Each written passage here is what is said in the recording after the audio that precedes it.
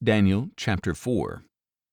King Nebuchadnezzar, to the people of every nation and language who dwell in all the earth, may your prosperity be multiplied. I am pleased to declare the signs and wonders that the Most High God has performed for me. How great are His signs, how mighty His wonders! His kingdom is an eternal kingdom. His dominion endures from generation to generation. I, Nebuchadnezzar, was at ease in my house and flourishing in my palace. I had a dream, and it frightened me. While in my bed, the images and visions in my mind alarmed me. So I issued a decree that all the wise men of Babylon be brought before me to interpret the dream for me.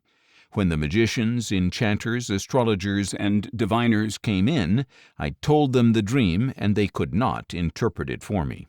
But at last into my presence came Daniel, whose name is Belteshazzar, after the name of my God, and in whom is the spirit of the holy gods. And I told him the dream.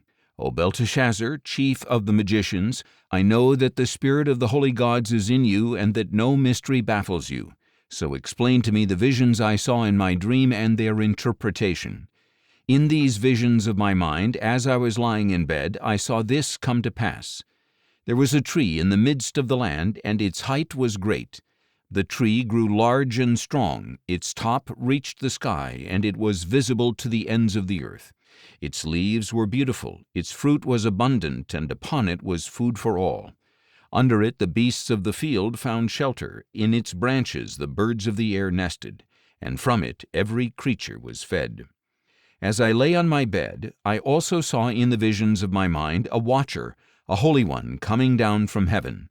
He called out in a loud voice, "Cut down the tree and chop off its branches, strip off its leaves and scatter its fruit. Let the beasts flee from under it and the birds from its branches.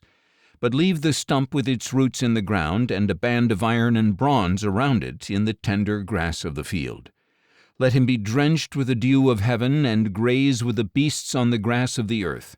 Let his mind be changed from that of a man, and let him be given the mind of a beast till 7 times pass him by. This decision is the decree of the watchers, the verdict declared by the holy ones, so that the living will know that the Most High rules over the kingdom of mankind and gives it to whom He wishes, setting over it the lowliest of men.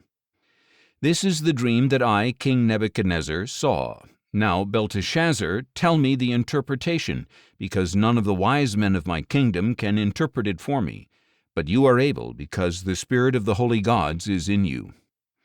For a time, Daniel, who was also known as Belteshazzar, was perplexed, and his thoughts alarmed him. So the king said, "Belteshazzar, do not let the dream or its interpretation alarm you." "My lord," replied Belteshazzar, "may the dream apply to those who hate you, and its interpretation to your enemies. The tree you saw that grew large and strong, whose top reached the sky and was visible to all the earth, whose foliage was beautiful, and whose fruit was abundant, providing food for all, under which the beasts of the field lived, and in whose branches the birds of the air nested, you, O king, are that tree. For you have become great and strong, your greatness has grown to reach the sky, and your dominion extends to the ends of the earth.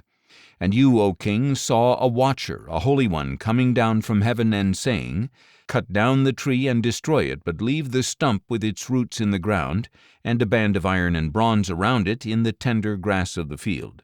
Let him be drenched with the dew of heaven, and graze with the beasts of the field till 7 times pass him by. This is the interpretation, O king, and this is the decree that the Most High has issued against my lord the king. You will be driven away from mankind, and your dwelling will be with the beasts of the field. You will feed on grass like an ox, and be drenched with the dew of heaven, and 7 times shall pass you by, until you acknowledge that the Most High rules over the kingdom of mankind and gives it to whom He wishes. As for the command to leave the stump of the tree with its roots, your kingdom will be restored to you as soon as you acknowledge that heaven rules. Therefore may my advice be pleasing to you, O king. Break away from your sins by doing what is right, and from your iniquities by showing mercy to the oppressed. Perhaps there will be an extension of your prosperity." All this happened to King Nebuchadnezzar.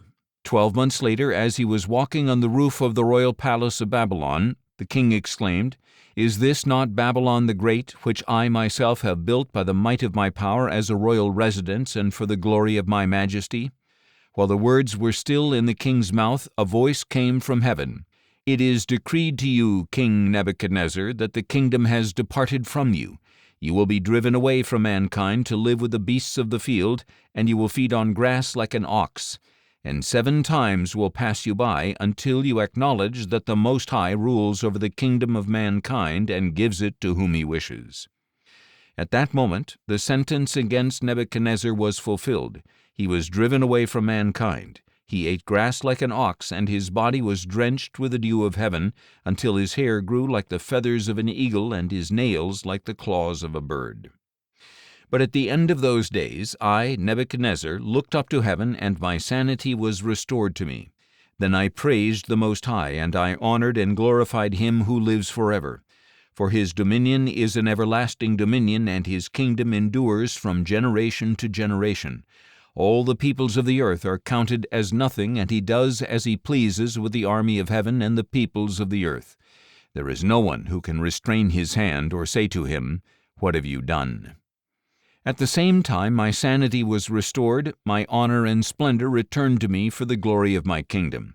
My advisers and nobles sought me out, and I was restored to my throne, and surpassing greatness was added to me. Now I, Nebuchadnezzar, praise and exalt and glorify the King of heaven, for all his works are true and all his ways are just, and he is able to humble those who walk in pride.